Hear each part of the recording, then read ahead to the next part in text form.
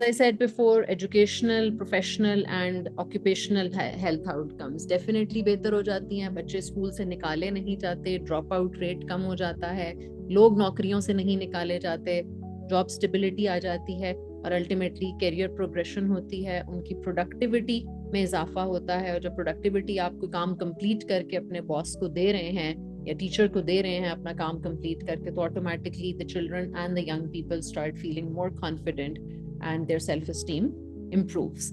تو over all ان سب کا ظاہر ہے سوسائٹی پہ بہت افیکٹ ہے. اسی لیے ہم یہ ویبینارز کر بھی رہے ہیں تاکہ ہمیں یہ اندازہ ہو کہ یہ صرف ایک انڈیویجول کی بیماری نہیں ہے, یہ ایک افیکٹ کرتی ہے اسکولس کو, ٹیچرس کو, پیرنٹس کو.